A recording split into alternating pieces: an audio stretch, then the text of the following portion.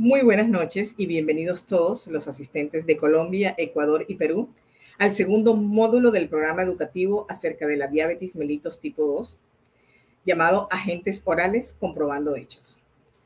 Para los que no tuvieron la oportunidad de acompañarnos en el primer módulo y como recordatorio a los que sí asistieron, este programa educativo consta de 4 módulos. El primer módulo, realizado el día 6 de julio, se tituló Agentes orales reductores de la glucosa. ¿Por qué, cómo y cuándo? Con el doctor Hugo Arbañil de Perú y el doctor Castillo de Colombia. El mismo permanecerá a su disposición online para aquellos que quieran verlo. Es importante recordar que este es un programa elaborado por un comité científico internacional con la dirección del profesor David Matthews y la doctora Penn, y está conformado por 15 expertos mundiales en el tratamiento de la diabetes mellitus tipo 2.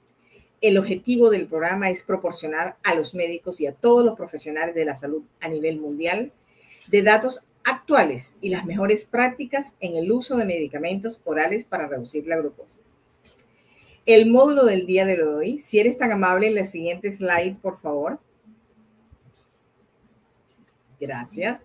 El módulo del día de hoy se titula Ventajas y desventajas de las clases de agentes reductores de la glucosa revisando hechos y será dictada por los especialistas el doctor Manuel Navarro Chávez de Ecuador y el doctor Luis Chica de Colombia. El doctor Luis Guillermo Chica es un médico internista, endocrinólogo con experiencia en el manejo integral y gestión de riesgo del paciente con enfermedades crónicas. Experiencia en docencia universitaria en pre y en posgrado, investigación clínica, consulta externa y actividades hospitalarias. El doctor Manuel Navarro Chávez es endocrinólogo con posgrado egresado de la Fundación Jiménez Díaz en Madrid, España. Es director del posgrado de Medicina Interna y Endocrinología de la Universidad de Guayaquil. Es profesor de posgrado de la Universidad Espíritu Santo. Presidente de la Asociación Ecuatoriana de Endocrinología y endocrinólogo del Hospital Luis Vernaza en consulta externa. Bienvenido, doctor Luis Guillermo Chica, le cedo la palabra. Gracias a todos. Muy buenas noches a todos. Buenas noches, Tomasa. Muchísimas gracias por la invitación para participar en este curso. Muy interesante. Espero que el día de hoy sea muy grato para todos ustedes y sobre todo haya un debate sobre los medicamentos orales usados para la diabetes. Entonces ya les voy a compartir mi pantalla.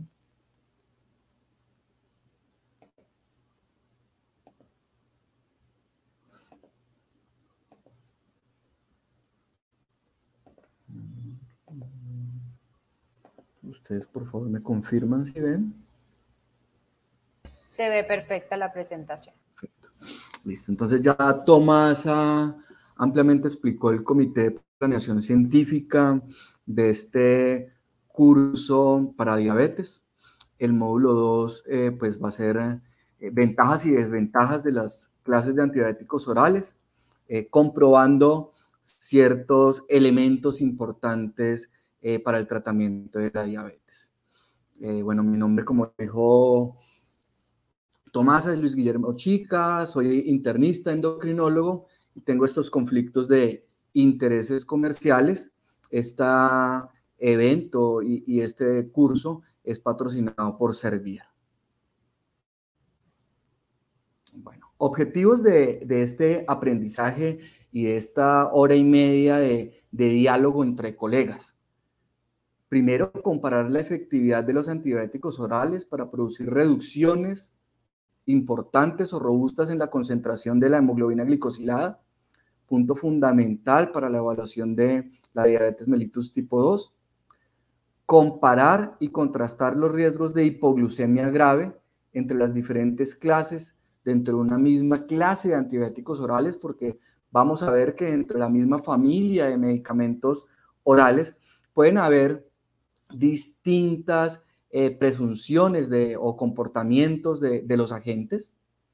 Además de describir los beneficios potenciales de los antidiabéticos orales para mejorar los desenlaces cardiovasculares, renales y promover la pérdida de peso o neutralidad ponderal, y discutir un poco sobre la costo-efectividad de estos agentes orales en el contexto de eficacia y seguridad en distintos escenarios. Bueno, entonces vamos a entrar en materia y evaluemos lo más importante, reducción de hemoglobina glicosilada, que es un punto álgido en el manejo de la diabetes tipo 2. Nosotros en nuestros países, como terapias orales, básicamente tenemos probablemente estas 5 familias de medicamentos, que son inhibidores del DPP4, análogos de receptor del GLP-1, oral, semaglutide, en algunos países ya disponibles, como Brasil, en Colombia próximamente, inhibidores del SGLT2, sulfonilurias y tiazolinidionas. Entonces, cuando uno revisa básicamente la eficacia en reducción de hemoglobina glicosilada, hablamos que los inhibidores, tanto del SGLT2 como la DPP4, tienen una eficacia intermedia en general. La semaglutide oral tiene una eficacia alta y tanto las sulfonilurias como las TZDs tienen una reducción importante y alta de hemoglobina glicosilada. Ponderalmente el riesgo de hipoglicemia es bajo para casi todos y vemos que en la sulfoniluria tenemos moderado, pero vamos a entrar un poco en detalle en esto porque de acuerdo al participante de esta familia puede cambiar esto un poco. El efecto en el peso, neutro en inhibidores de PP4, disminuye obviamente en los análogos de GLP-1 orales e inhibidores de SGLT2, sulfonilurias puede ser un incremento moderado, igual que las TZD. Y efectos secundarios más importantes, los inhibidores de PP4 muy raro, básicamente efectos a nivel dermatológicos, rash, los GLP-1, los principales efectos en el 90% van a ser efectos gastrointestinales, náuseas, vómito, diarrea, tal vez dolor abdominal. De los inhibidores del SGLT2, infecciones sobre todo genitales, hay que tener mucho cuidado en paciente adulto mayor con deshidratación e hipotensión postural. En sulfonilurias, hipoglicemia, pero nuevamente aquí tenemos que abrir y vamos a evaluar qué tanto de acuerdo al término o a la clase de sulfoniluria va a ser este comportamiento. Y en las TZD, básicamente edema, falla cardíaca para rosiglitazona y fracturas óseas o tumores de vejiga sería lo más importante.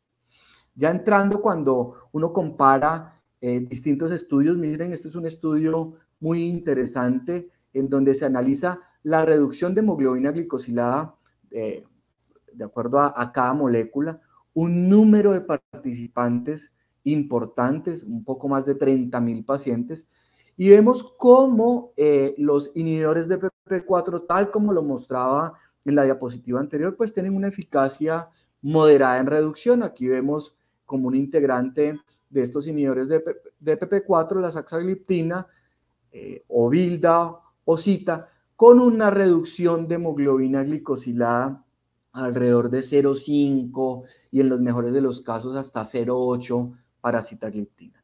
Vemos como los SGLT2 tienen un poco más de eficacia, pero también su eficacia puede ir alrededor de 0,6 a 0,8, como las sulfonilurias son un poco parejas, aunque hay una que se sale de esa homogeneidad en reducción de la hemoglobina glicosilada, y vemos cómo las sulfonilurias de generaciones iniciales como glipizida y glibenclamida tienen una reducción cercana al 1%, glimepirida también, pero algo importante, que glicazida tiene un mejor perfil en reducción de hemoglobina glicosilada y muy cercano a 1.4, muy parecida a repaglinida y similar a los pacientes que usan metformina.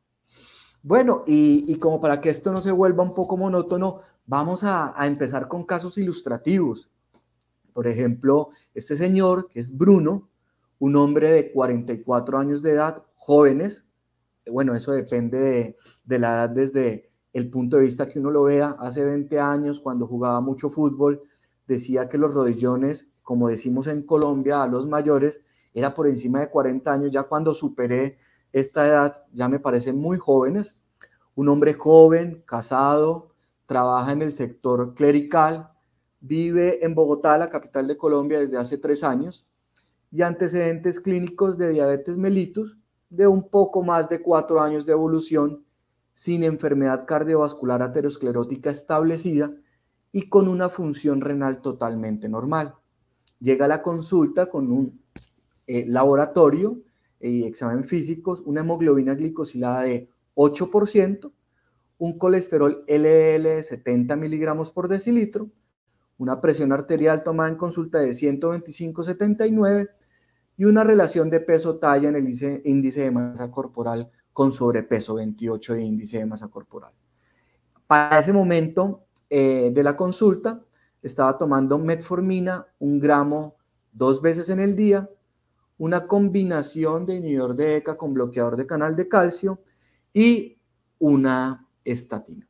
Entonces, para debatir entre todos nosotros, colegas, ¿cuál sería el objetivo de hemoglobina glicosilada que se desearía para Bruno? Y ahí sí me gustaría que participaran un poco en el chat y Tomasa, que está viendo el chat, me ayudara un poco acerca como de las respuestas que nos está dando nuestros colegas. Claro que sí, doctor. Aquí estoy pendiente a ver si hay respuestas. Voy a dar como unos 30 segundos para ver si tenemos respuestas a esta primera pregunta.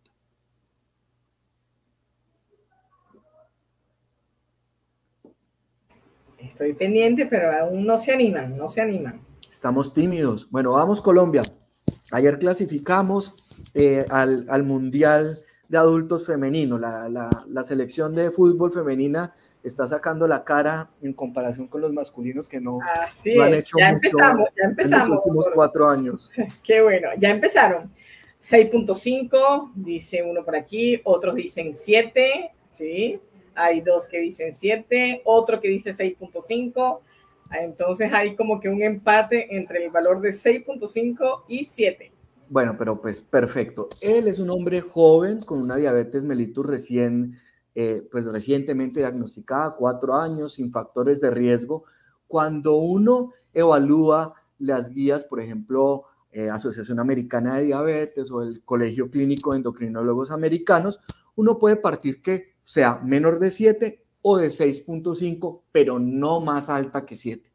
6 tal vez sería un objetivo muy bajo, aunque podría establecerse. Entonces yo creo que menor de 7, 6.5 estaría bien y de acuerdo a esto. Importante, no puede ser más de 7 porque caeríamos en algo que se llama inercia médica y que ayuda a que el 30% de nuestros pacientes diabéticos no estén en meta. Y bueno, una segunda pregunta para debatir. ¿Qué antidiabético oral le añadiría a usted, doctor, a este paciente con metformina a dosis máxima para optimizar el control glucémico? Entonces, primero, un agonista del receptor del GLP-1, semaglutida oral, un inhibidor del SGLT2, una sulfoniluria de segunda generación, un inhibidor del DPP4 o una insulina. También les voy a dejar un tiempo para que me compartan sus preguntas. Tomasa, por favor. Listo. Empezaron por la elección de un inhibidor DPP4. A ver, esperamos más respuestas.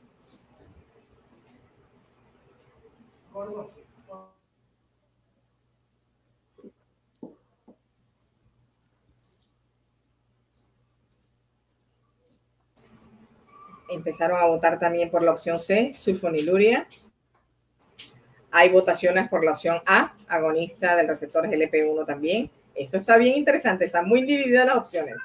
Y sigue ganando el inhibidor A, y hay también ahora opción B, inhibidor SGLT2. Es decir, que la audiencia está muy pareja.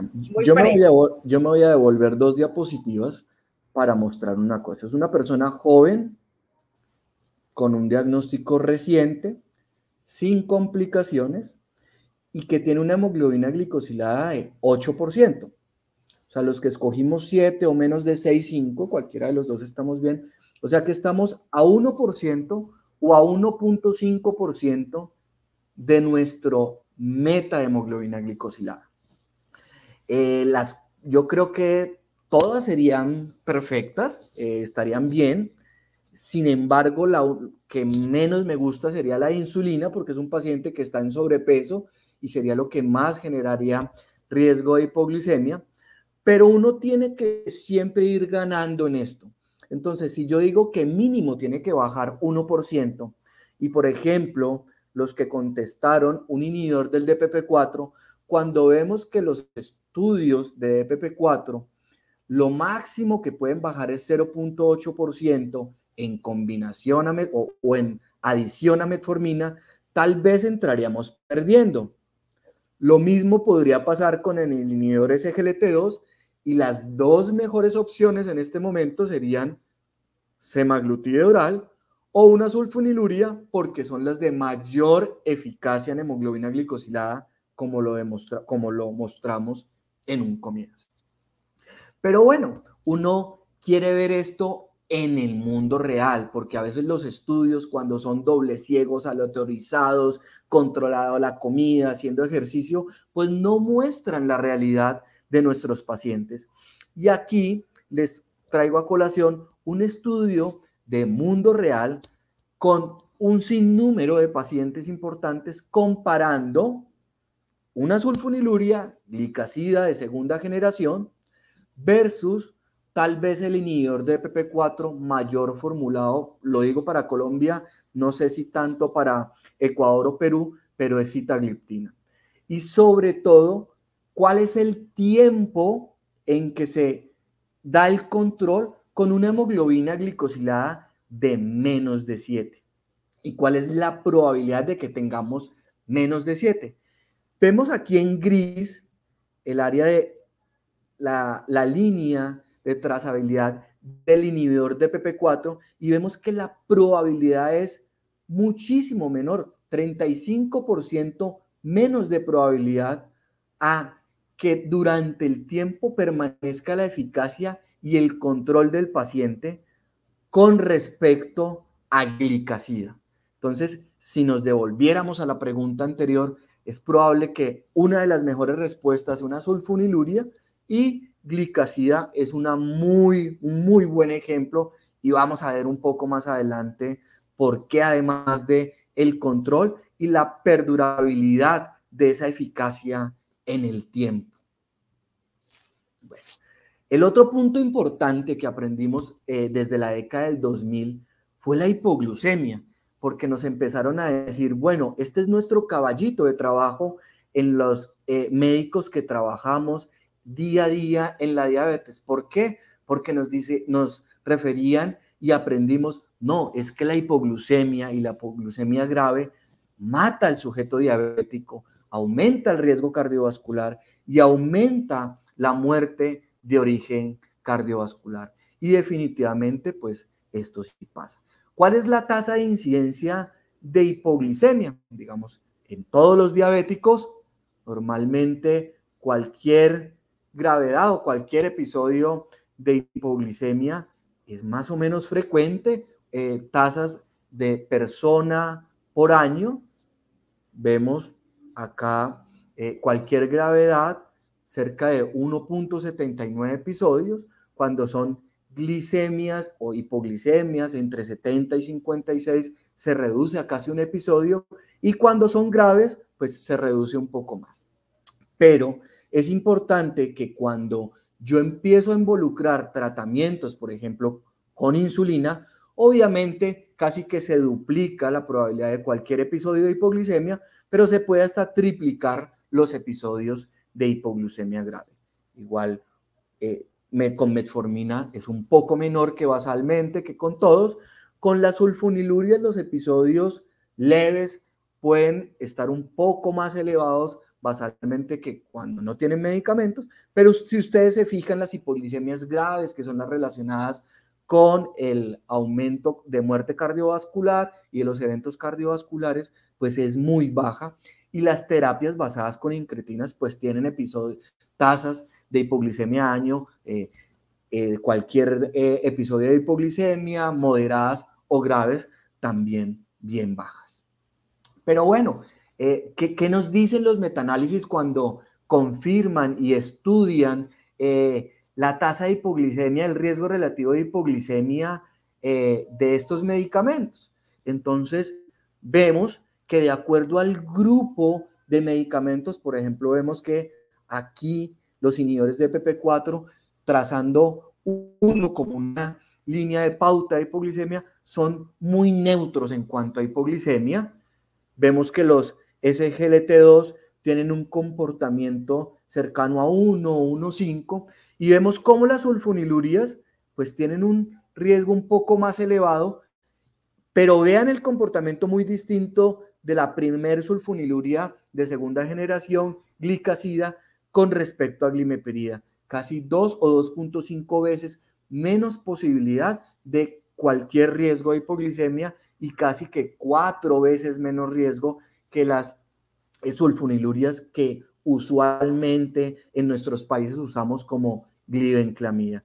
Y los TZD, pioglitazona y rosiglitazona, con una probabilidad neutra de hipoglicemia. Entonces vemos que hay medicamentos, familias de medicamentos que son seguras, hay familias de medicamentos que nos pueden aumentar levemente, como las sulfonilurias, pero con un comportamiento distinto entre los integrantes de esa familia, porque vean ustedes acá cómo esta sulfoniluria de segunda generación glicazida tiene un poder muchísimo menor de episodios de hipoglicemia. Entonces hay una diferencia significativa intraclase en la familia.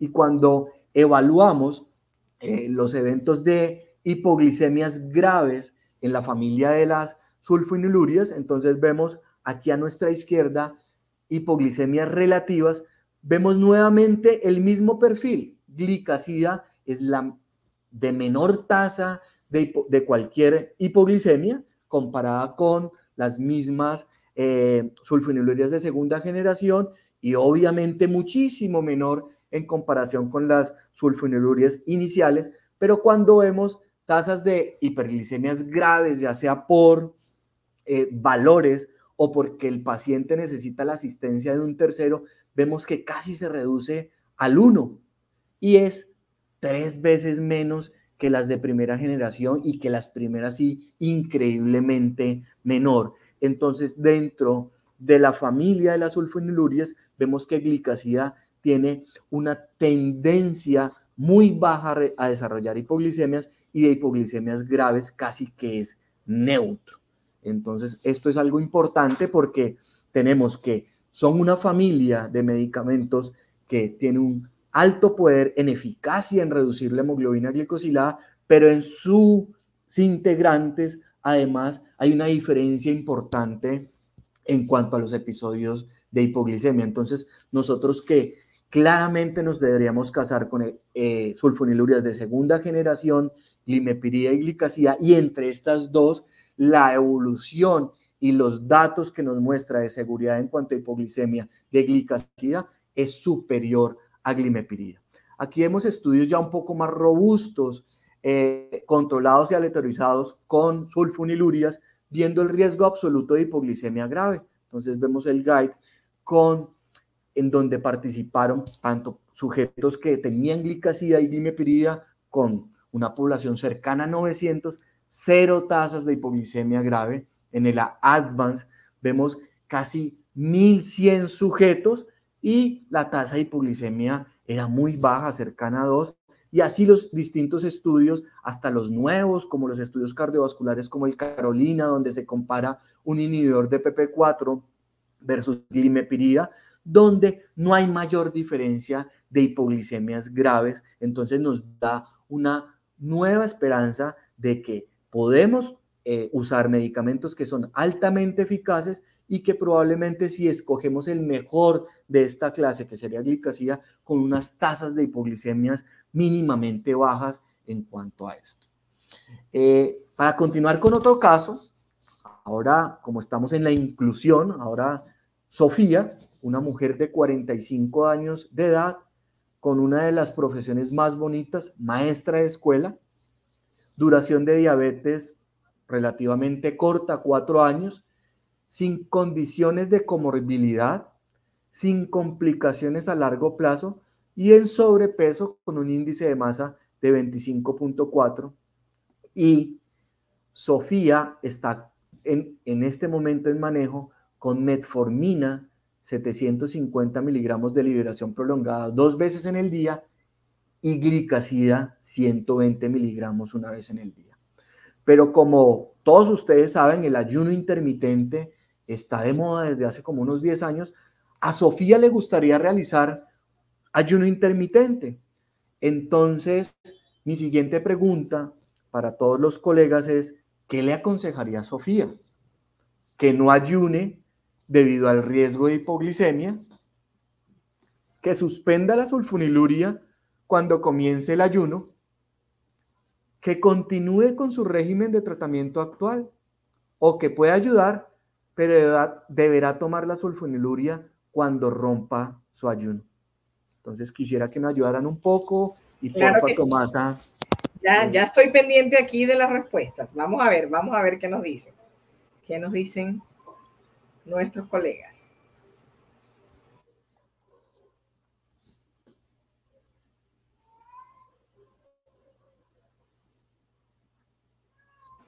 A ver, ¿quién se anima? ¿Quién se anima?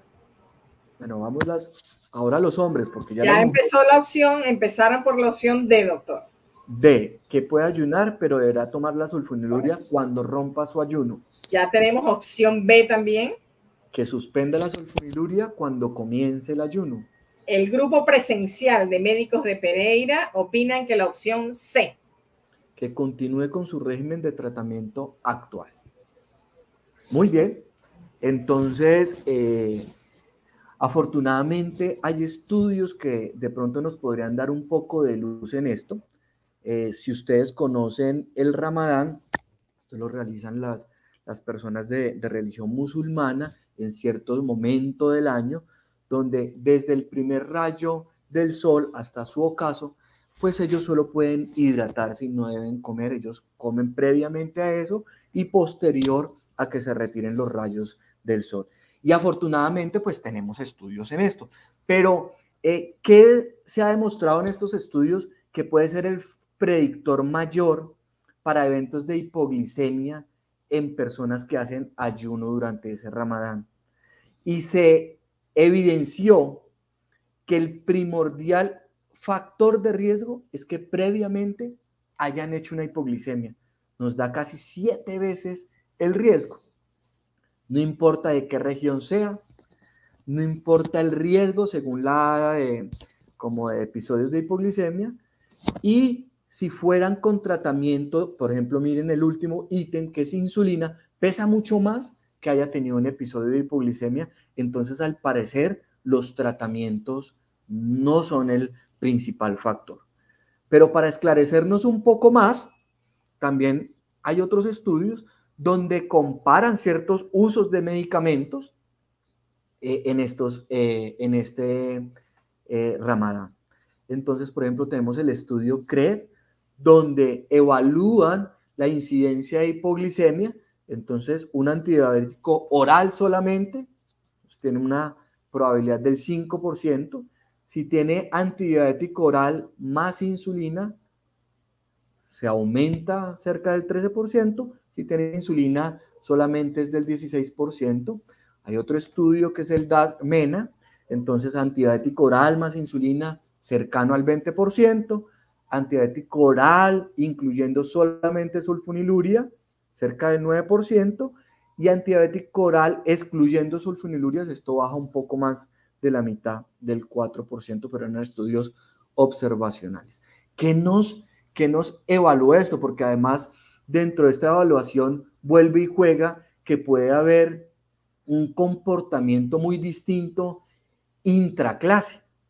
Y se veía que, por ejemplo, glimepirida versus glicacida y un DPP-4, cuando lo evalúan, el porcentaje de hipoglicemia sintomática para glimepirida era cerca del 9%, para glicacida cercano al 2%, pero muy parecida a un inhibidor de PP4 que nosotros consideramos muy frecuente.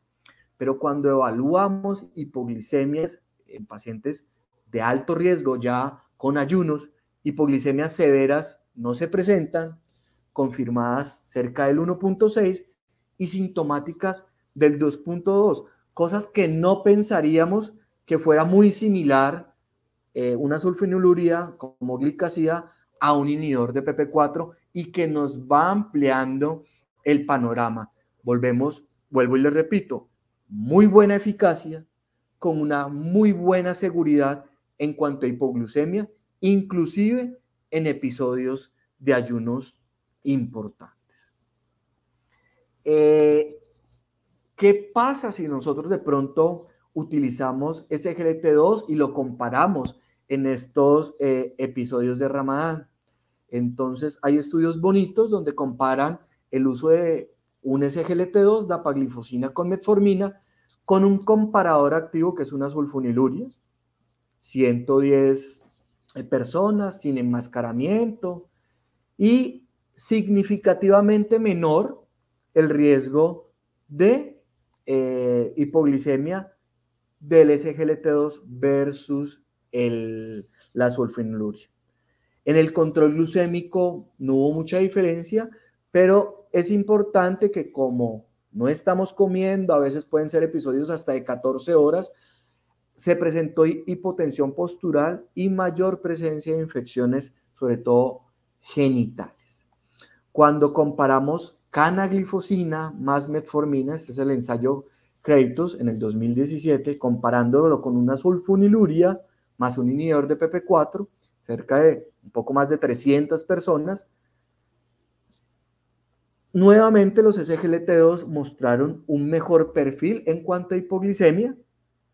No hubo diferencias en el control glucémico, pero más de un episodio de depresión de volumen, 14 versus 5 del grupo de la sulfoniluria con el DPP4. Entonces vemos que casi que triplicaron esos episodios de depresión de volumen que en personas mayores pueden llevar a caídas y probablemente a una fractura o a fragilidad. Riesgo de hipoglicemia en más estudios demostrando en ayuno, más estudios como el Arabine, el Ararjud y distintos, donde nos comparan ahora las distintas moléculas de sulfonilurias. Entonces vemos nuevamente cómo hay un perfil siempre un poco mejor en comparación con las otras sulfonilurias, siempre de glicazida, demostrándolo casi en los 4 estudios, con menos episodios de hipoglicemia.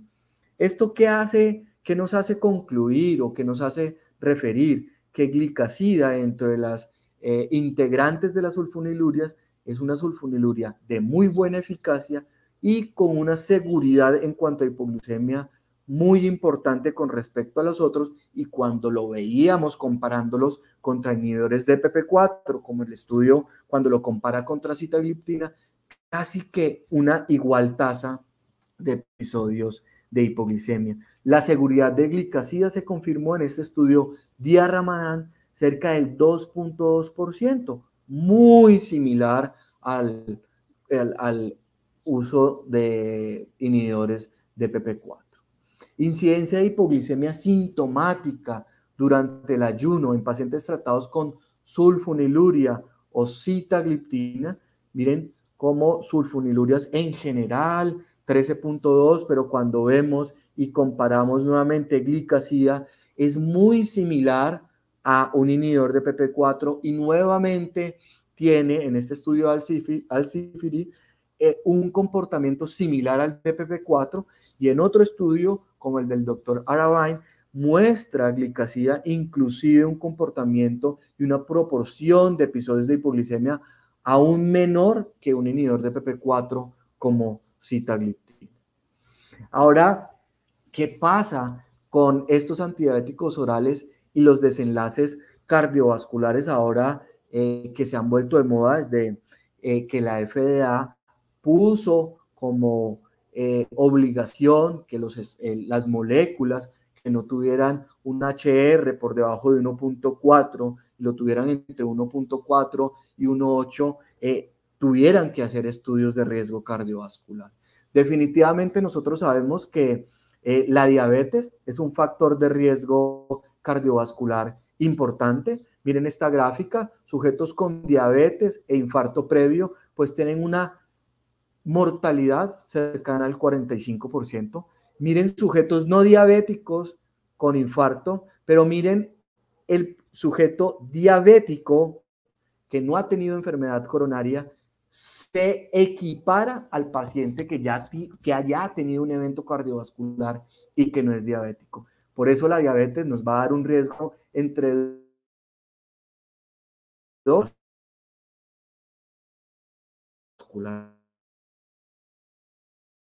son diabéticos a la incidencia del que ya tuvo un evento cardiovascular y no tiene presencia de diabetes. Y además, muchos estudios nos demuestran que el mal control de la diabetes, que por cada el lapso de tiempo que nosotros dejamos y dejamos que suba la hemoglobina glicosilada, nos va a aumentar la incidencia de cualquier desenlace cardiovascular en los sujetos diabéticos y también desenlaces microvasculares. Entonces no podemos dejar atrás el control glucémico en estos pacientes.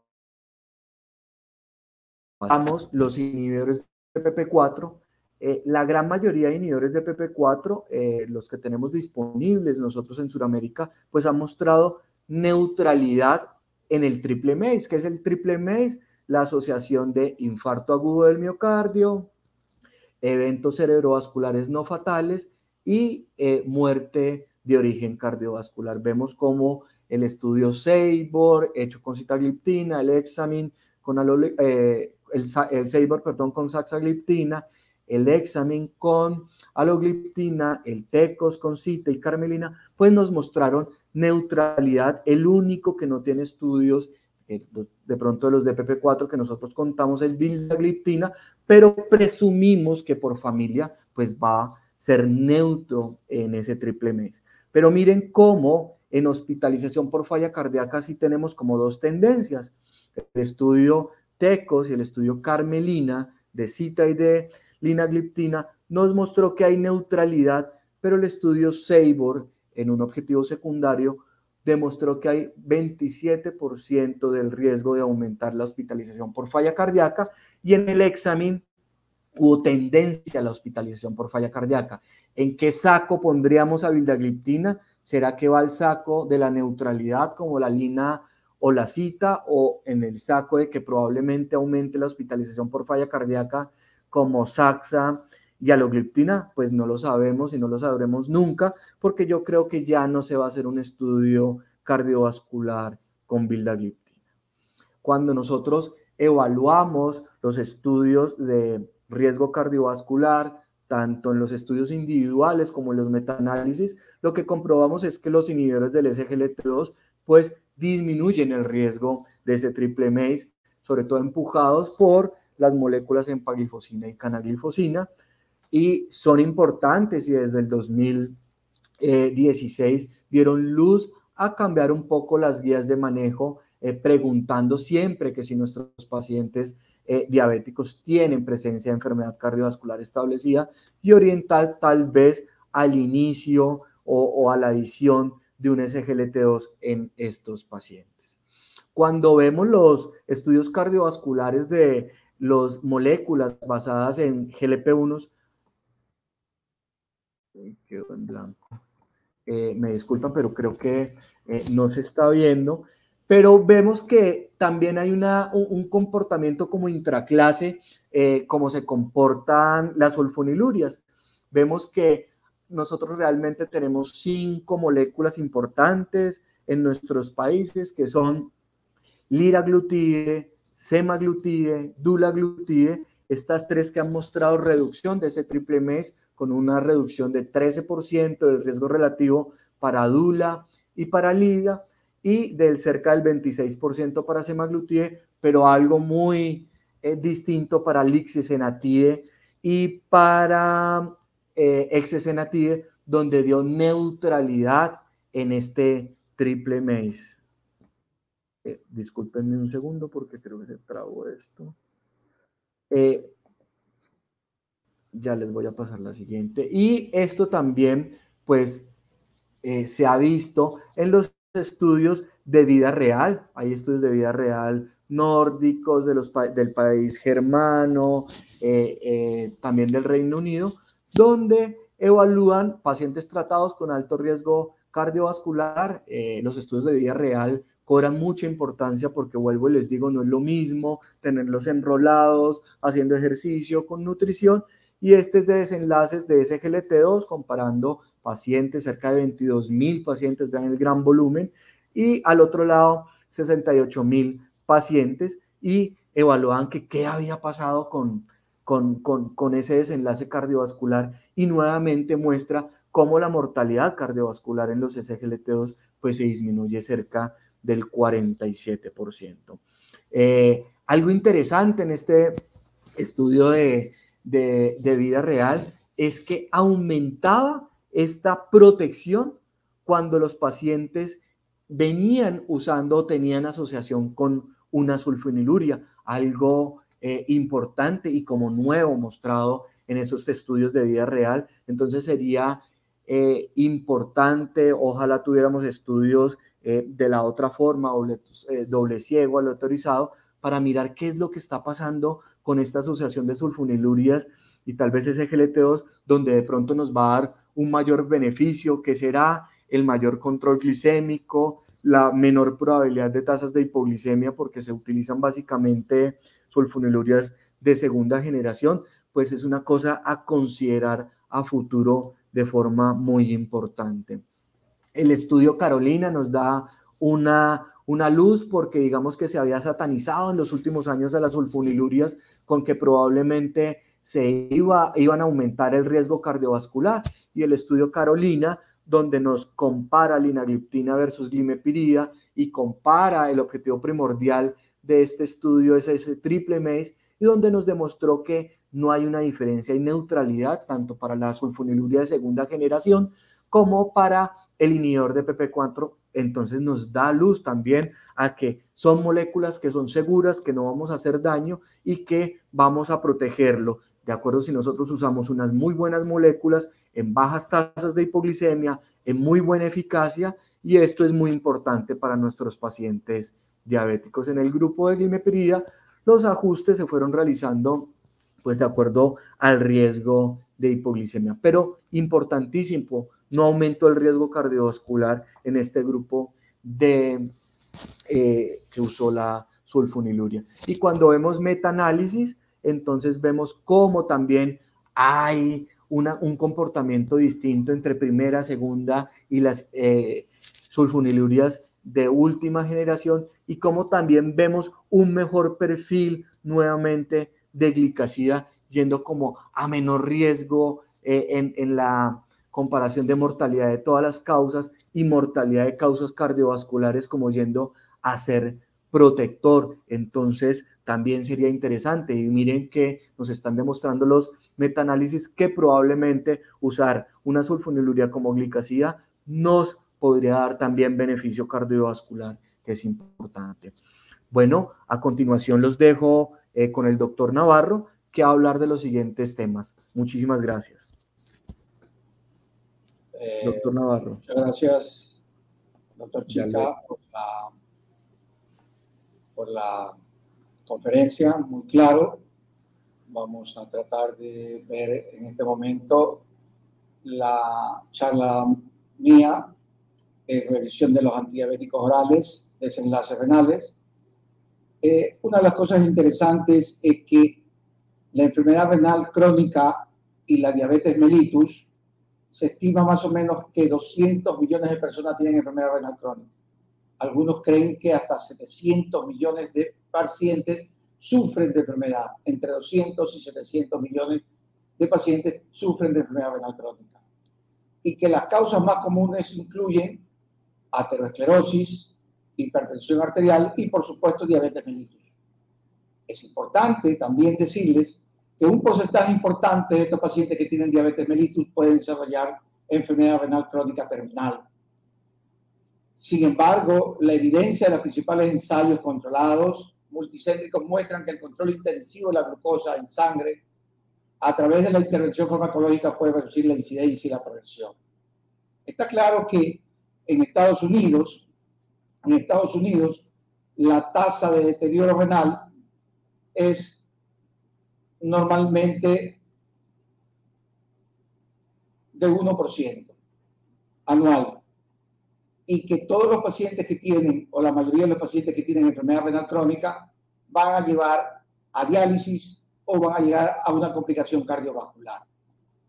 También es importante recordar que para evitar la progresión de la enfermedad renal y para evitar el deterioro de la función renal, ya hace muchos años, en los albores de los 90, se probaron los IECA y los ARA para tratar de mejorar más que todo la determinación de la micro y de la macroalbuminuria. Desde aquel entonces siempre se ha pensado que el rol muchas veces de la dieta y el ejercicio y el control metabólico adecuado habían hecho muy poco verdaderamente en la mejoría de este tipo de complicaciones microvasculares. Como decía el doctor Chica, en el año de 1977-97, que en los Estados Unidos el FDA puso una prohibición de que todos los medicamentos que sean aprobados para la diabetes mellitus tengan un estudio de trabajo. Básicamente, se demostró que todos los medicamentos que deban ser utilizados tengan un trabajo de riesgo cardiovascular. Desde el año 2017, después de la publicación del primer trabajo del EMPA, los inhibidores de CDT2 redujeron significativamente el riesgo instantáneo de la progresión de la enfermedad. Aquí me está faltando, creo, parte de la diapositiva.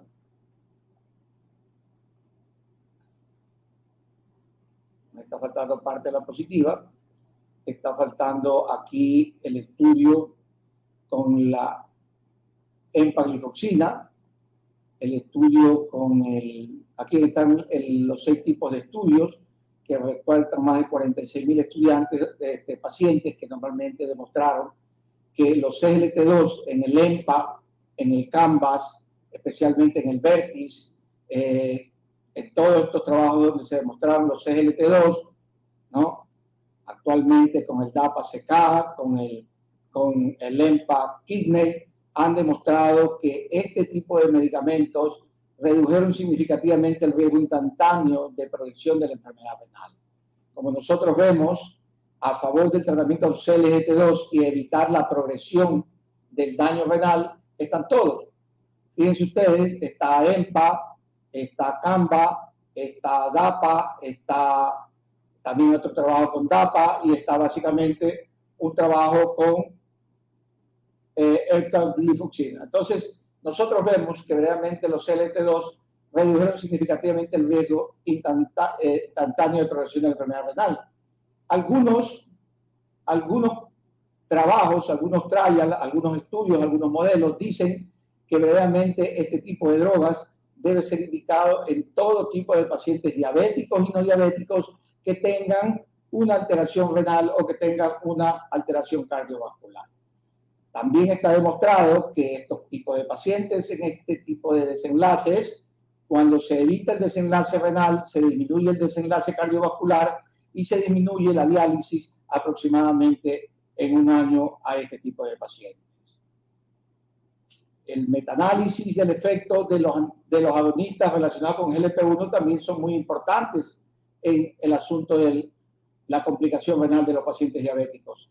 Y ahí tenemos algunos tipos de trabajo, especialmente los que son hechos con el ELIXA, que es hecho con el exenatide, donde demostramos básicamente que hay un efecto neutro a favor del riñón, ¿ya? Y el estudio básicamente el ELIXA con relación a la macroalbuminuria, sí es positivo para la droga, y también con el Excel, que es el ixisenatide, el efecto es reducir básicamente tanto la micro y la macroalbuminuria como la progresión del daño renal y el asunto de la intervención de la diálisis. Los otros estudios con liraglutide en líder, los otros estudios básicamente más importantes con el Sustain 6, con la semaglutide, que realmente nos da una importancia de impedir el daño renal o retrasar el daño renal, la progresión en un año del daño renal, nos conlleva también a decir que realmente estas drogas son importantes en las metas que se debe seguir para impedir el daño renal. El Rewind, básicamente con el dulaglutide, también demostró que verdaderamente tanto en la macroalbuminuria como en la progresión de efectos renales disminuía la progresión. Como término medio, se dice que los agonistas relacionados con los GLP-1 redujeron el riesgo de desenlace renal compuesto global en un 17%. CIPSA, que parece estar influida en una reducción en la macroalbuminuria, como lo han demostrado algunos trabajos. Otros trabajos dicen que no tiene que ver mucho con relación a la albuminuria y que básicamente el efecto es un efecto de familia que produce un retraso en la presentación. Por ejemplo, nosotros tenemos que en los pacientes que tienen el Sustain 6 y el Sustain 7 en microalbuminuria, demostraron un efecto altamente positivo por arriba del 30% en de retardar la progresión hacia el daño renal. Los DPP4, no sé por qué motivo están saliendo las diapos incompletas.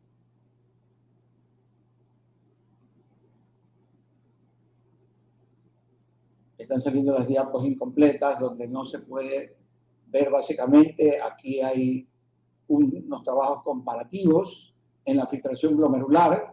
No se ve básicamente las diapos, no se les puede explicar, pero básicamente este grupo de DPP4 relacionados con algunos tipos de trabajos, especialmente con sulfonilureas, básicamente con drogas como los CGLT2 o con los relacionados con los GLP-1, todos mantienen que los DPP4 también retrasan la aparición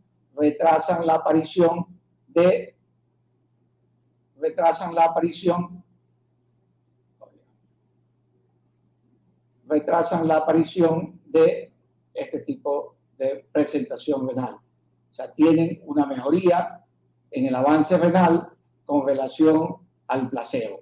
Miren ustedes, como no pasa la línea media con relación al placebo, a favor de los DPP4, el retraso tanto en la albuminuria como también en el retraso de la insuficiencia renal, de la disminución de la filtración glomerular y la intervención de la diálisis.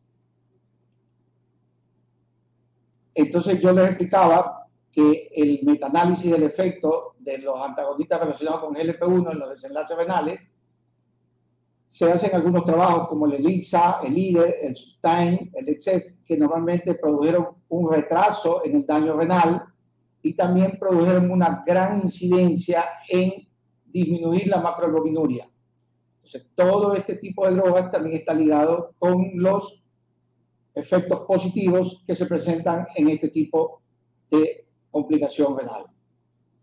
Los DPP4, otros de las drogas que se utiliza en los pacientes diabéticos de tipo 2, normalmente en este estudio demostró que después de un estudio comparativo con los DPP4 y los CGLT2, con los DPP4 con otros comparadores, todos obtuvieron un efecto benéfico disminuyendo la actividad de daño renal y la progresión de la macroalbuminuria.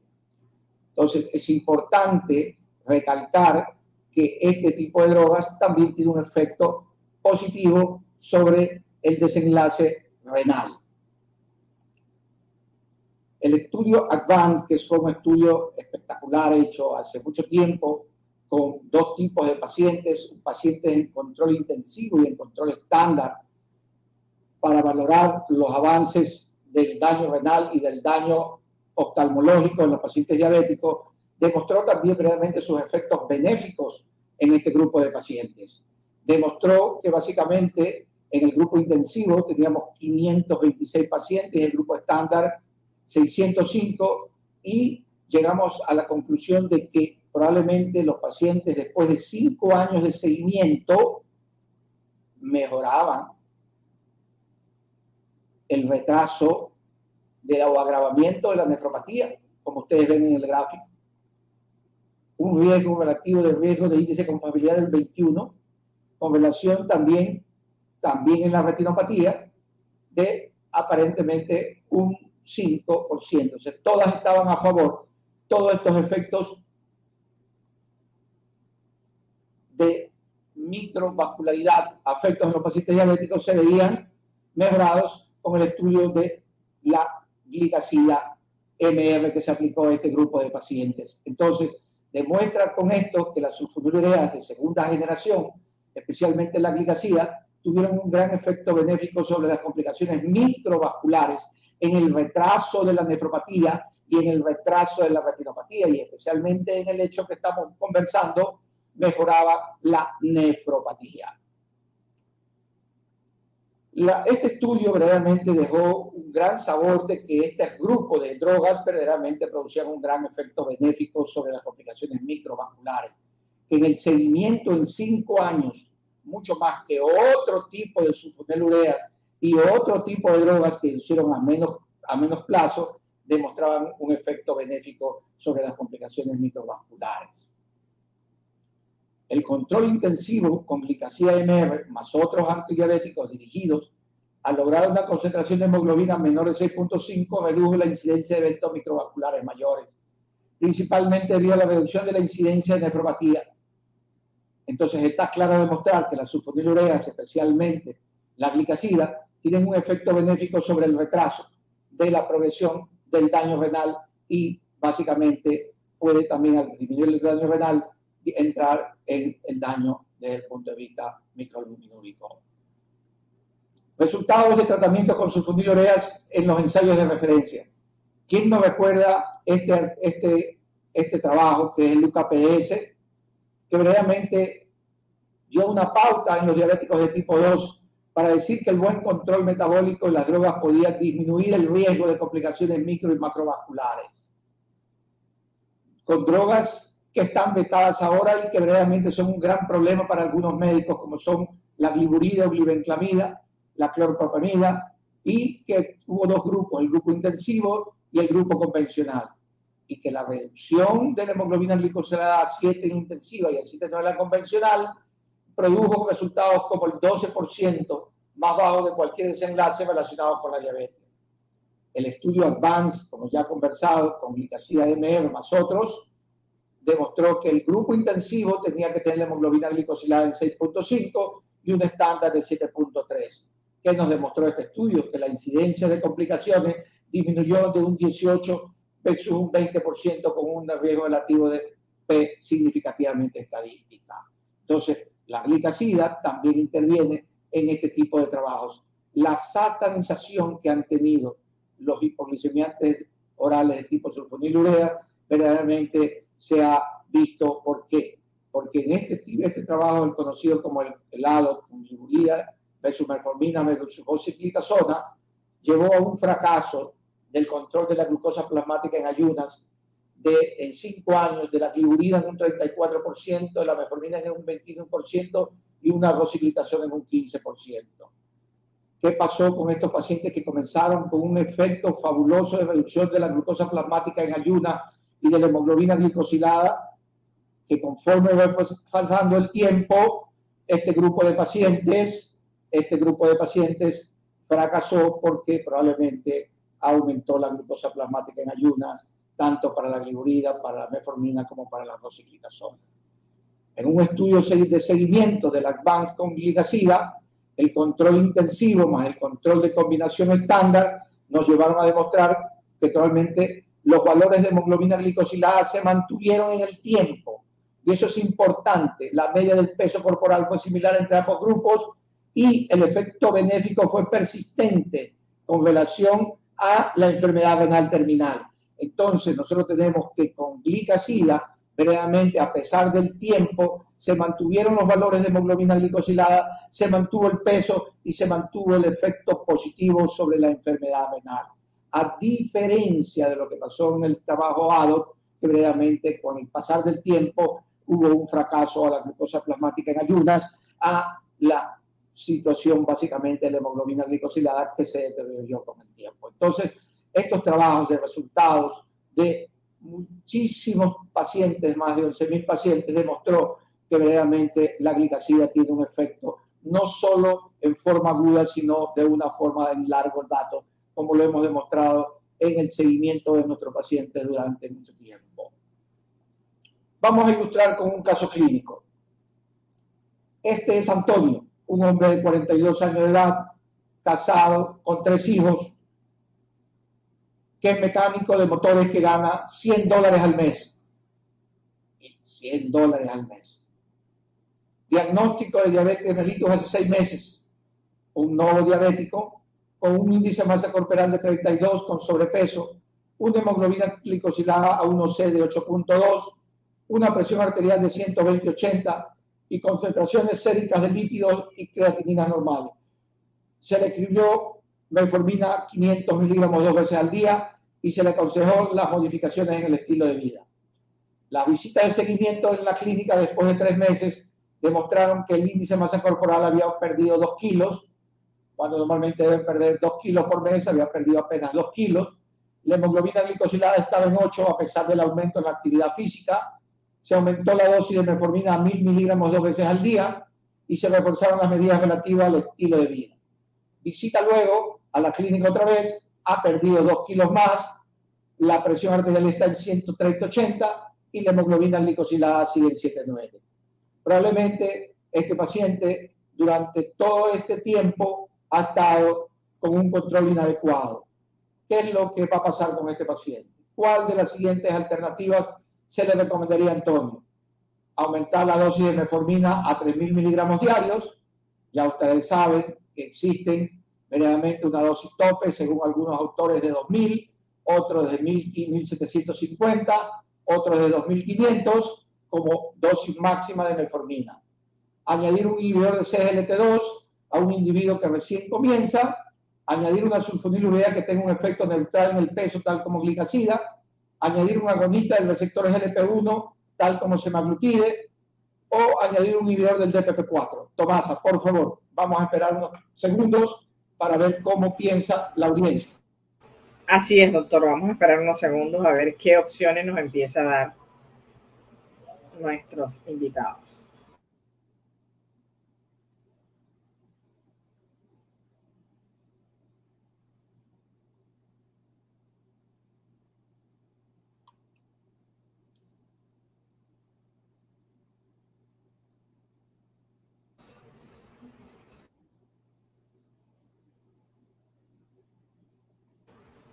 A ver, ¿qué tenemos por aquí? ¿Quién se anima? Listo, entonces, hasta ahora ya hay varias votaciones y todas con la opción C. Ya aparecieron unas con opción B, la mayoría con opción C, y apareció una con la opción B. Siguen con opción C y opción B. Son las dos opciones que han dado hasta ahorita. Bien.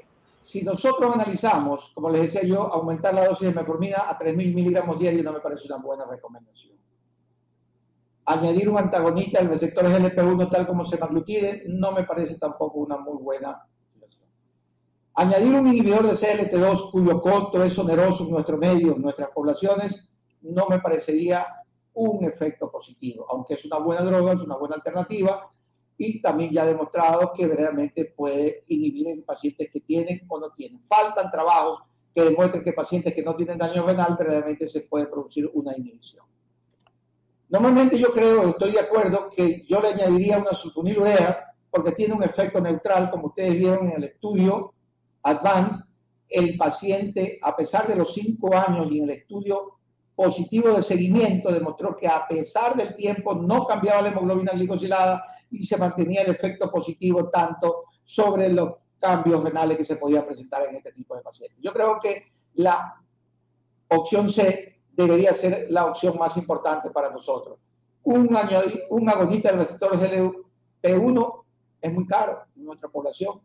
Un DPP-4 también en nuestra población es muy caro. Si nos vamos a ver costo, efectividad, esta no Esta, por el costo-efectividad, también puede ser una alternativa, pero yo creo que si normalmente vamos, el individuo gana $100 al mes, porque la mayoría de nuestra población, como veremos luego, la seguridad ahora en nuestro medio tiene una sulfonilurea como la glicazida, pero antes solo tenían glimepirida, gluburida, y entonces era difícil. Yo creo que la opción C es la más correcta para este tipo de pacientes. ¿Qué pasa con este tipo de pacientes? Está demostrado que los pacientes diabéticos que tienen buen control metabólico, que hacen su dieta, que hacen su ejercicio, normalmente tienden a perder peso. Pero hay un grupo pequeño de pacientes que cuando tienen su control en una forma adecuada, a pesar del buen control, tienden a aumentar de peso. Nosotros tenemos drogas como la insulina y especialmente la glibenclamida que tienden a producir aumento de peso junto con la glimepirida.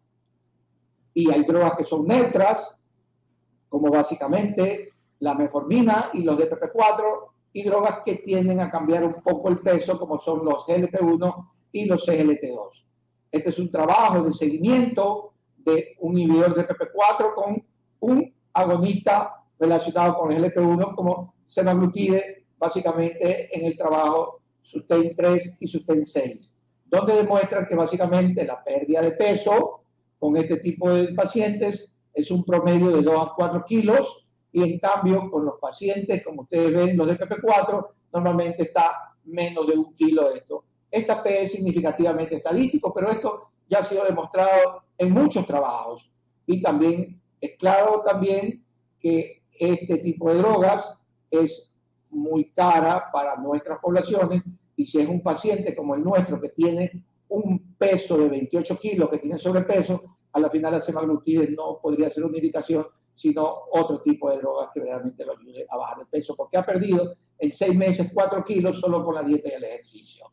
Si nosotros seguimos, nos damos cuenta que los inhibidores del CLT2 han demostrado tener efectos benéficos en el peso corporal en personas con diabetes de tipo 2.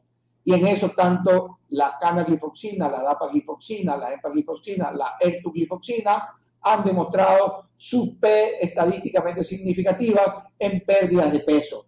Diferencias medias entre 2.6 kilos, 2 kilos y 2 kilos en los diferentes grupos de 9.612 pacientes relacionados con los trabajos presentados con este grupo de pacientes. Entonces, nosotros sabemos bien que con relación al placebo, este tipo de drogas, básicamente por su efecto diurético, por su efecto glucosecretor de orina, entonces normalmente tiende a aplazar pérdida de peso de este tipo de pacientes. Entonces, estos pacientes también han demostrado que tienen un efecto benéfico en el peso corporal.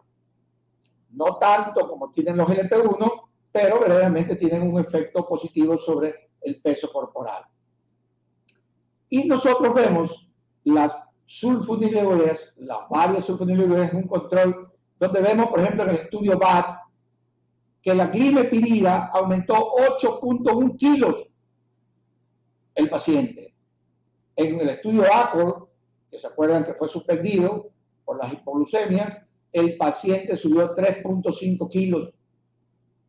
En el grupo PDS con glibenclamida, donde en el grupo intensivo el paciente aumentó 1.7 kilos y en el grupo estándar subieron un poco más de peso. Entonces nosotros vemos que el efecto que se transmite y que todo el mundo dice que las sulfonilureas aumentan de peso, no se ha visto con la glicazida, que es totalmente neutro. Los Advance, el estudio Advance con glicazida y el estudio de seguimiento con glicazida demostraron que a diferencia de las otras sulfonilureas, no producen ningún tipo de aumento de peso, se mantienen neutras. Y si esto se asocia, la glicazida se asocia a metformina, podamos tener un efecto benéfico. Entonces, el efecto de la sulfonilurea sobre el peso en los diferentes ensayos demuestra que realmente la glicazida es superior a la glimepirida y a la glibenclamida, que son sulfonilureas de segunda generación. Este estudio, que fue un estudio de seguimiento donde se comenzó con una metformina y se le añadió una sulfonilurea, la añadición de una sulfonilurea a cualquiera de los trabajos, metformina más glicazida aquí, metformina con glibenclamida en los puntos, metformina con glimepirida en los puntos más grandes y metformina más tolbutamida que ya no se utiliza. Estadísticamente no demuestran ningún tipo de cambio significativo en el peso corporal. Entonces, cuando la droga de primera elección, que es la metformina, se le añade una de segunda, no se produce ningún tipo de efecto en el peso, especialmente cuando se añade metformina con glicazida. Entonces, nosotros estamos claros del efecto no solo de los CLT2, de los LP1 con relación a disminución de peso, sino que tenemos una droga de segunda generación de una sulfonilurea en la cual el peso verdaderamente no aumenta como se manifiesta en algunos manuales y en algunos trabajos. La segunda parte de la revisión es el costo-efectividad de los hipoglicemiantes en nuestras poblaciones. Es importante reconocer que en nuestras poblaciones los sueldos básicos son bajos y que las entidades como el Ministerio de Salud, a lo menos en mi país, en Ecuador, no cubren las necesidades. Solo hay metformina y glibenclamida. Y por ahí existe glimepirida y no existen otros más. Y el Seguro Social solo tiene metformina, ahora no tienen insulina, sino que tienen metformina y glibenclamida. Entonces, la mayoría de las veces, los costos de las compras de los medicamentos tienen que salir del bolsillo de los pacientes. Vamos a comenzar con un caso clínico ilustrativo como el de Gabriela. Esta es una mujer de 46 años de edad, campesina que vive en el Cusco, que está diagnosticada de diabetes desde hace 3 años, una diabética joven, que toma medicamentos actuales metformina 1000 miligramos 2 veces al día. Tiene sobrepeso, tiene 27.5 kilos, una presión arterial de 135/85 y una hemoglobina glicosilada de 8.3. Concentraciones séricas normales de colesterol y creatinina y no hay una evidencia de enfermedad micro ni de macrovascular. Entonces, ¿qué vamos a hacer con esta paciente para no caer en la inercia de seguir poniéndole metformina y seguir esperando 3 meses más o 3 meses más para saber si la hemoglobina glicosilada llega a presentarse por debajo de 7 o de 6.5 como manifestaba el doctor Chica en su iniciación inicial? ¿Cuál es la terapia de segunda línea más costo efectiva y de fácil acceso para que Gabriela pueda mejorar su control glicémico? ¿Será una glicazida MR? ¿Será un inhibidor del DPP4? ¿Será un agonista del receptor GLP1? ¿Será un inhibidor del CLT2 o será insulina? Nosotros creemos, Tomasa, que le damos inicio al auditorio para que nos puedan responder. Las opciones que nos brindan. Vamos a darles unos segundos, unos 30 segundos.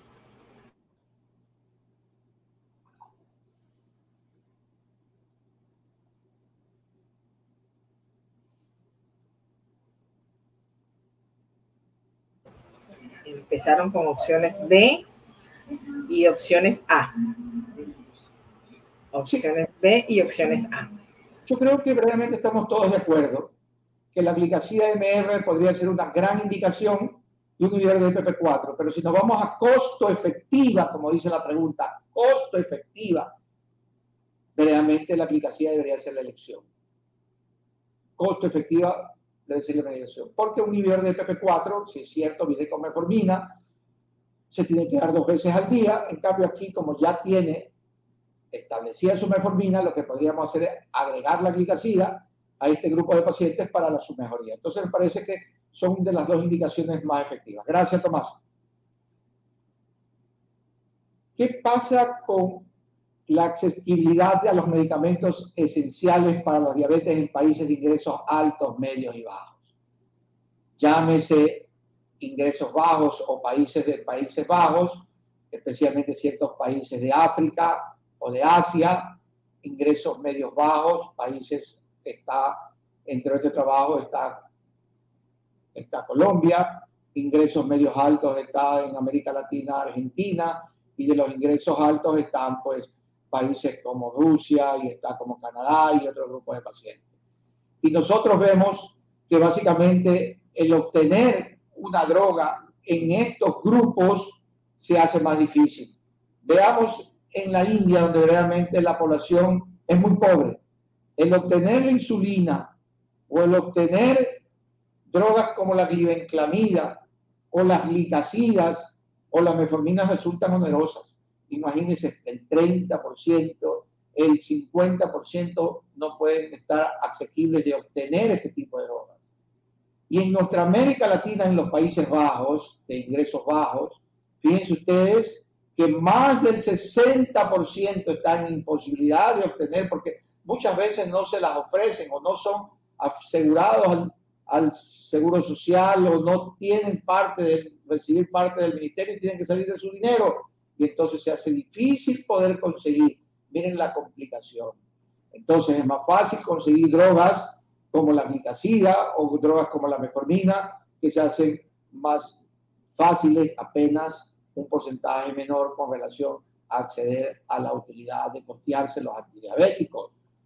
En países de ingresos altos no existe ningún problema, porque ellos o los cubren los seguros o simplemente los pacientes no tienen ningún problema en poderlos cubrir. En los pacientes de ingresos medios también tenemos lo mismo, porque a veces ellos tienen que comprar su medicación y les resulta un poco oneroso. En países donde cuando uno tiene disponible la droga en el comercio y es asequible del paciente, si el paciente gana, como en el primer caso, $100, en países de ingresos bajos la posibilidad de conseguir los medicamentos, como por ejemplo los GLP-1 o los SGLT2, se convierte en 33% más difícil. En cambio, las sulfonilureas, solo el 11% de los pacientes sí la podría conseguir porque realmente los precios son mucho más bajos, mucho más asequibles. En países de ingresos bajos, probablemente pues tienen disponible cuando menos 3/4 partes del tiempo para poder conseguir la medicación de una forma adecuada. Esto es importante, ¿por qué? Porque muchas veces cae en la inercia. Como el paciente no tiene el dinero para poder conseguir las drogas, como son los LP1, los SGLT2 o los DPP4 por el costo, se mantiene metformina durante mucho tiempo y se mantienen los niveles de hemoglobina glicosilada descontrolada y los pacientes realmente caen en la inercia, nosotros caemos en inercia y el paciente entra en descontrol. Este es un estudio donde se demostró las estrategias de 10 combinaciones farmacológicas en un estudio hecho en la China del análisis costo-efectividad en un diagrama de dispersión de las relaciones costo-efectividad incrementada para 10 estrategias. Aquí están las estrategias. Metformina como droga de primera elección acompañado de sulfonilurea o metformina acompañado de insulina. La segunda estrategia, metformina con una sulfonilurea o metformina con un antagonista velocinado. Hay un sinnúmero de combinaciones que existen de metformina. Básicamente la primera estrategia es metformina y la segunda droga debería ser. Entonces, nosotros tenemos algunas situaciones. La costo-efectividad de las estrategias se clasificó en función de los valores. Y ahí tenemos esta de aquí, que es considera la estrategia 4, metformina más tiazolidinionas, tenía menor costo-efectividad por precio de año de vida ajustados, recordando siempre que las tiazolidinionas pues tendrían a producir edema, insuficiencia cardíaca y tienden a producir algunas fracturas de la muñeca y estaban ligadas aparentemente con cáncer de vejiga. Y entonces estas drogas fueron retiradas del mercado y el tratamiento de primera línea con metformina. O sea, la cuestión secuencial, entonces, tenían menor costo-efectividad porque ya las drogas producían efectos colaterales. Y la segunda es el mayor costo-efectividad por precio y años de vida ajustados por calidad. La adhesión secuencial de una sulfonilurea e insulina al tratamiento de primera línea con metformina. Por el costo, probablemente para nuestras poblaciones, el costo del aumento a la primera línea de metformina y una glicasida nos mantienen durante mucho tiempo realmente un mayor costo-efectividad. Es decir, el paciente tiene una efectividad tremenda con un costo adecuado, eso produciendo una gran realidad a este grupo de pacientes. Y por último, las estrategias de tratamiento realizadas según la un análisis de costo-utilidad en Taiwán, donde se escogieron algunas situaciones clínicas, la fenilurea más metformina como terapias, los CLT2 más metformina como terapia triple y los CLT2 más metformina DP4 como terapia triple. Y todo vamos a ver la probabilidad de que sea el costo efectiva. Fíjense ustedes, la CLT2 con metformina y con un DPP4, costo efectiva, mucho más costo efectiva. Y en cambio la sulfonilurea con metformina como terapia triple, una disposición mucho más adecuada. En cambio las sulfonilureas más metformina como terapia triple, un CLT2, ambos en CLT2, tienen un buen costo efectivo, pero es un poco alto en relación a sulfonilurea y metformina, y un CLT2 como terapia triple pueden obtener un menor costo efectivo. En realidad, es importante siempre cuando uno tiene un objetivo en manejar a los pacientes diabéticos, no apartarse de las guías y decir la metformina como primera droga de elección cuando son pacientes nuevos. Segunda, drogas de elecciones, las sulfonilureas de segunda generación, dentro de las cuales están ubicadas la glicacida de la cabeza, porque no produce aumento de peso, porque produce una mejoría a largo plazo, como produjo el trabajo Advan en 5 años, y a su vez, si se le tiene que agregar una tercera droga, puede ser un CLT2, donde se obtiene un buen costo de efectividad a este grupo de pacientes. Y por último, se encontró que la estrategia más costo efectiva fue la adición de una sulfonilurea o de una CLT2 a una metformina, básicamente eso. Y por último, las ventajas y desventajas de las clases de los hipoglicemiantes orales, y nos vamos a referir a la sulfonilurea. Alta eficacia para el control glucémico, nefroprotección en Advance, pueden combinarse con todas las clases de antidiabéticos, excepto las glinidas, y con insulina basal. Sulfonilureas de nueva generación, bajo riesgo de ganancia de peso, mejoran desenlaces cardiovasculares, legado glucémico beneficioso y son económicas, a relación de los CLT2 que son costosos, de los LP1 que son costosos y de los inhibidores de DP4 que el control glucémico apenas es de 0.4, 0.6, la disminución de la hemoglobina glicosilada. Muchas gracias. Tomasa, estamos con usted. Gracias. Muchísimas gracias a usted, a ustedes dos. Entonces ya vamos a la sesión de preguntas y respuestas. Primero quiero pedir disculpas porque desgraciadamente las diapositivas salían solo una mitad y no sé por qué. No, pero después en la segunda parte sí se vieron más claras. Sí, se vio completo. Sí. De todas maneras pido disculpas por esa no se preocupe, no se preocupe, mi doctor. Ya vamos a empezar. Aquí tengo ya algunas preguntas. Tenemos aquí la primera. En la práctica clínica diaria, los médicos generales usamos muy pocas sulfonilureas por el temor de los episodios de hipoglucemia. Usted como especialista, creo que esta pregunta se la dirigieron al doctor Chica, ¿cuál es la variable o las variables que toma en cuenta cuando decide tratar con una sulfonilurea? Bueno, esa pregunta es bien interesante. Entonces, yo siempre he dicho que la diabetes afortunadamente tiene un A, B y C. Entonces, cuando yo me enfrento a un paciente diabético, primero tengo que saber cuál es mi objetivo de hemoglobina glicosilada. Menos de 7, menos de 6,5 o inclusive puede ser menor de 8, de acuerdo a los factores de riesgo, edad y comorbilidades. Entonces, si yo voy a escoger eso, para escogerlo, tengo que previamente haber evaluado cuál es el riesgo de hipoglicemia.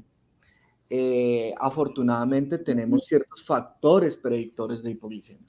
El factor más importante, así como lo demostró en el Ramadán, era un episodio previo. Entonces, si un paciente ha hecho un episodio previo de hipoglicemia importante, tal vez yo no voy a entrar con una sulfonilurea a menos de que fuera glicacida, porque como vemos en las ponencias, es la más segura, inclusive puede ser igualar a un inhibidor de PP4.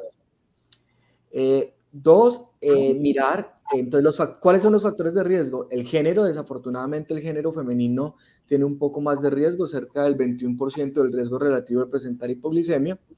Todos los suramericanos somos considerados como un grupo de riesgo de hipoglicemia. El tener enfermedad renal, no hay un estudio donde nos diga realmente la tasa de filtración, que es la que se debe establecer. Se partió arbitrariamente como 1.3 de creatinina, tanto para hombres como mujeres, que pues no sería lo mismo, y esto aumentaría el 31% del riesgo de hipoglicemia. Y hay una cosa que pues clínicamente es muy difícil, es medir la variabilidad glicémica, que tendremos dos cosas: si tenemos disponibilidad de monitoreo continuo de glucosa, donde hubiera un coeficiente de variabilidad mayor del 33%, o si el paciente tiene la posibilidad de hacerse glucometrías. Todos los glucómetros nuevos ahora tienen software donde nos da esa desviación estándar y ese coeficiente de variabilidad. Lo otro que hay que tener en cuenta es el tiempo de duración de la enfermedad. El punto de corte son 10 años y la edad donde el punto de corte es 70 años. Entonces, si yo tengo un paciente añoso, con mucho tiempo de enfermedad, con muchas complicaciones, tal vez no voy a entrar a perder. Entonces, me incluiría en una de las otras. Pero por el contrario, si tengo un paciente que no tiene estas características, joven, pero ojo que joven es menor de 70 años, es que la juventud uno la mide de acuerdo a la edad que uno tiene. Por eso les digo, a mí me fascinaba definitivamente mucho. Jugaba mucho fútbol y a los 20 años decía, en Colombia terminemos el término de los rodillones y eran mayores de 40 años. Y ahora que tengo un poco más de 40, digo, no, pues estoy súper joven. Claro, si me mide uno de 20 dirá, está súper viejo. Pero entonces ese término de 70 años. Y lo otro importante que nosotros debemos evaluar es la disponibilidad del acceso a salud. Ejemplo, yo afortunadamente he trabajado en muchos sitios en Colombia, alejados y no alejados de las ciudades capitales, pero por ejemplo me daría miedo utilizar una sulfoniluria que no fuera glicasida, por ejemplo, con una baja probabilidad, en una persona que tuviera un centro de salud a 3 o 4 horas y no tuviera una ayuda inmediata para algo. Entonces uno tiene que mirar esas condiciones clínicas, sociales y también culturales de la persona. Pero inicialmente no tendría ninguna no motivación para utilizar. Siempre le digo, como me presentó Tomás, he sido profesor tanto en pregrado como posgrado, y yo siempre he dicho, uno tiene que entrar ganando. Entonces uno siempre tiene que entrar con lo mejor. Lo mejor de sulfonilurias en el momento es glicasida, entonces si voy a formular una, mejor. Ahora, nosotros tenemos un panorama, tal vez metiéndome un poco con lo que hablaba el doctor Navarro, y es que Colombia se sale yo creo que de cualquier país por nuestro sistema de seguridad. Nosotros tenemos todos los medicamentos disponibles, absolutamente todos. Entonces nosotros no tenemos excusa de GLP-1, insulinas de primera generación, segunda, SGLT2, sulfonilureas, tenemos todo incluido. Entonces nosotros sí tenemos que hacer una presunción clínica apropiada, evitar esa inercia, como lo mencionaba al comienzo y también lo mencionaba el doctor Navarro, y eso es importante, que el 30% de los sujetos diabéticos no llegan a controles por culpa, desgraciadamente, de nosotros los médicos. Totalmente, doctor, muchas gracias. Definitivamente son muchos los factores a considerar. Hay otra pregunta por aquí. Según la evidencia que usted mostró, las sulfonilurias son una buena opción de tratamiento de primera línea junto con la metformina para aquellos pacientes diabéticos recién diagnosticados. ¿En estos pacientes estarían contraindicados los inhibidores SGLT2? No, para nada.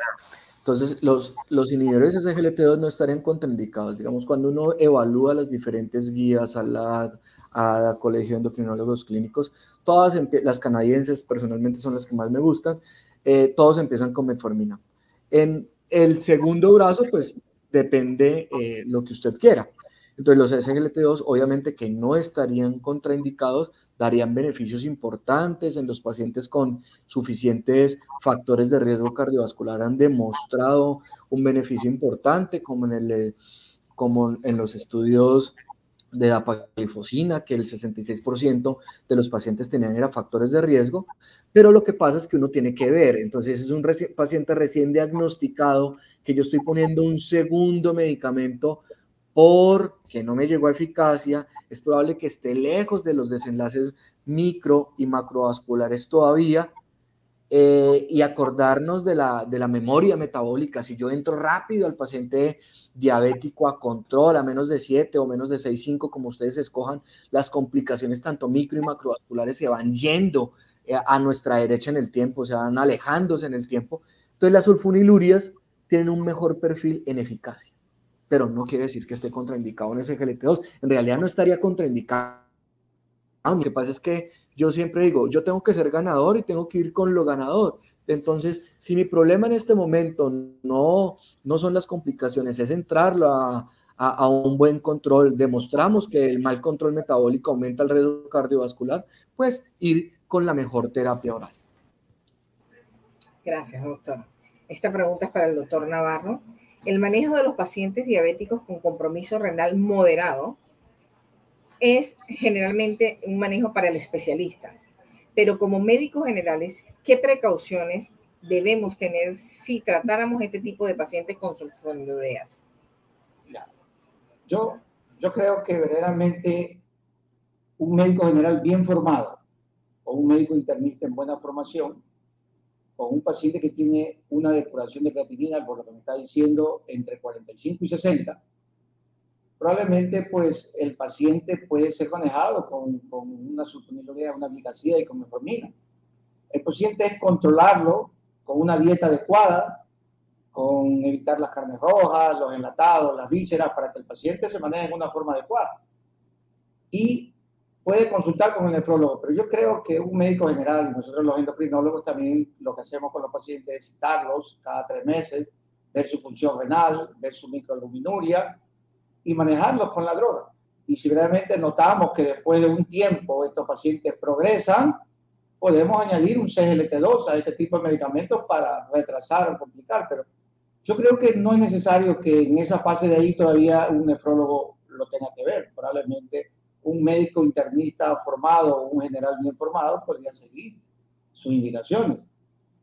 Con relación a, como comentaba el doctor Chica, quizás yo lo único que tengo con los SGLT2 es los pacientes ancianos que tienen vejiga neurógena y que verdaderamente hacen muchas infecciones urinarias y que cuando uno se los da comienzan a tener en repetición este tipo de cosas. Quizás sería la única cuestionamiento que podría tener cuando doy un SGLT2. Quizás el único momento en los diabéticos de pasados 75 años de edad que tienen vejiga neurógena o que tienen infecciones de repetición o que tienen vaginitis candidiásica, quizás en ellos, ¿no? Y con la relación a su pregunta, Tomasa, yo verdaderamente creo que si un médico general bien formado le puede añadir y puede controlarlo adecuadamente cuando ya él vea que su función renal está en peligro o comienza a deteriorarse, pues transmitirlo o mandarlo de un nefrólogo especializado. Gracias, doctor. Otra pregunta por aquí. ¿Existe un consenso para desescalar o retirar la metformina en pacientes con incremento positivo de la creatinina sérica? ¿Perdón? No, que si existe un consenso para disminuir, digamos, la dosis de metformina o retirarla en pacientes con incremento positivo de la creatinina sérica. Yo te escuché la pregunta, si quieres te la contesto. Entonces, no hay un consenso. Lo que pasa es que la metformina tiene una contraindicación por debajo de tasas de depuración. Esas tasas de depuración deben ser medidas por CKD-EPI. Debemos de dejar de utilizar Ecocross-Gold porque esto o nos puede aumentar o disminuir de acuerdo al peso. Si encontramos un paciente de 100 kilos, nos va a llevar a una sobreestimación, o por el contrario, un paciente delgado nos va a llevar a una infraestimación de la tasa de filtración. Por debajo de 30 no se puede usar, y por entre 30 y 50 se debe utilizar el 50% de la dosis, y la dosis máxima recomendada de metformina son 2 gramos al día. ¿Por qué? Porque por encima de 2 gramos no va a aumentar la eficacia, no va a aumentar la disminución de la hemoglobina glicosilada, pero sí va a aumentar los efectos adversos y sobre todo gastrointestinales. Entonces la respuesta sería 1 gramo para depuraciones entre 30 y 50, o sea, los estadios 3A y 3B de función renal, y contraindicado absolutamente por debajo de depuraciones de 30 mililitros por minuto. Sí, yo creo que verdaderamente lo que dice el doctor Chica es verdad. hay una mala propaganda contra la metformina también ahora, de reducir su dosis, pero yo creo que lo que él dice, por debajo de 30, como han demostrado los trabajos, no se debe administrar, y lo que él dice goza de toda verdad. Por aquí tenemos una pregunta. ¿Cuál sería una contraindicación absoluta del uso de sulfonilurea? Una contraindicación absoluta, que el paciente tenga un deterioro de la función renal, que el paciente tenga un problema básicamente a sus compuestos, un proceso de alergia a sus compuestos, y que el paciente tenga repetidas hipoglucemias. Eso sería una contraindicación, que tenga una insuficiencia renal, que tenga efectos de hipoglucemia por varias ocasiones y que realmente tenga un efecto de alergia a alguno de los componentes. Perfecto, bueno. Sí, el doctor Chica, ¿quiere opinar algo? Adelante. Como para aclarar más, yo creo que prudencialmente por debajo de 45 y definitivamente por debajo de 30 de depuración no se deberían utilizar las sulfonilurias. Y un episodio de hipoglicemia grave, o sea, que necesite la ayuda de un tercero o termine en una hospital, en una institución de salud. Yo estoy leyendo las preguntas, hay una pregunta súper interesante, Tomás, qué pena meterme en tu rol, pero es que me fascina. Doctor, adelante. ¿Cuál sería la nutrición adecuada? Los que me conocen en Colombia, detesto la palabra dieta. Me parece que la palabra dieta condiciona nuestra mente y es una palabra que nunca el paciente la va a llevar más allá de 3 meses. Debemos empezar a hablar unos términos y un lenguaje un poco más coherente con nuestros pacientes, y es nutrición balanceada. Y nutrición balanceada no es quitar alimentos, no hay ningún alimento que sea malo. Lo malo son los excesos de alimentos, el exceso de comida, porque las frutas son sanas. Lo malo es que yo me coma 1 kilo de frutas. Los jugos no es que sean malos, sí, se absorbe, se pierde la fibra, hay mayor absorción de glucosa, pero un jugo ocasional, no. Como algo aprendido y desde hace un par de años, nunca le quito nada a los pacientes, les sugiero, hago negociaciones con los pacientes. Yo siempre le digo a mis estudiantes, el médico que me quite un pan no vuelvo, me fascina el pan, pero pues no es, por ejemplo, si un paciente se come 3 panes, irlo negociando para reducciones, pero no quitárselo abruptamente y evaluar que dentro de su plato de comida siempre hayan cosas saludables. Desafortunadamente, hablo para Colombia, el 80% de nuestro contenido alimentario es con base en carbohidratos, arroz, papa, plátanos, tubérculos, y hay poca ensalada, verduras, y la excusa desafortunada de nuestra población es que son muy costosas, y yo le pregunto ¿cuánto vale hacer una ensalada? Y en este momento, con todo el disparate económico que hay en nuestros países, hacer una ensalada es mucho más barata que comprar una libra de papa, y que es más saludable. Entonces es negociar con el paciente y incentivarlo a una nutrición saludable. No sé qué opina el doctor Navarro. Sí, yo creo que sí. La palabra dieta es un poco castradora. Los pacientes dicen dieta y no nos gusta a nadie, esa palabra no nos gusta. ¿Qué voy a hacer? En cambio, si uno le habla de cambios nutricionales, sería efectivo. Ahora, lo que él dice en nuestra población es igual. Para hacer un ejemplo, en nuestra población comen arroz, tallarín, Coca-Cola y un vaso de 4. ¿Sí? O sea, 4 cosas. Entonces, es igual en los países. Yo creo, y soy un hincha de que el paciente tiene que hacer un cambio de estilo de vida. Que la dieta y el ejercicio son importantes en el manejo de este grupo de pacientes. Es como una pirámide, donde las bases son la dieta y el ejercicio, y en la punta del iceberg está la medicación. Lo único variable es la punta de la medicación. Las otras cosas no pueden variarse. El problema es que la gente piensa muchas veces que el medicamento es malo o es bueno porque nunca hacen dieta ni ejercicio y dejan que todo lo haga el medicamento. Me he metido también a su chat y veo que dice la glicasida mantiene la glicemia estable durante las 24 horas. Ya iba a hacer esa pregunta, correcto. Por supuesto, sí es una droga espectacular, es una droga muy buena, porque no aumenta de peso, mantiene el flujo renal, ayuda, le produce pocos síntomas, no tiene efectos colaterales, entonces mantiene durante 24 horas. Lo que pasa es que el UKPDS ya demostró que después de 6 años los efectos de los hipoglicemiantes orales comienzan a fracasar un poco. Y a los 9 años ya se ve notoriamente la curva. Pero nosotros vemos en nuestros países, nosotros vemos en mi país, en mi ciudad, que los pacientes tienen 20 años tomando glicasida, tienen 20 años tomando gliburida y acuden a la consulta sin daño renal, sin daño cardiovascular. Un grupo pequeño. Entonces, uno muchas veces se pregunta, ¿y el UKPDS qué pasó? Y el fracaso secundario de los hipoglicemiantes orales, ¿qué pasó? Pero siempre es importante recalcarle a los pacientes que ese efecto de esa droga, como glicasida, se podía mantener mucho más tiempo cuando la dieta y el ejercicio son la base primordial de que esta droga se mantenga bien.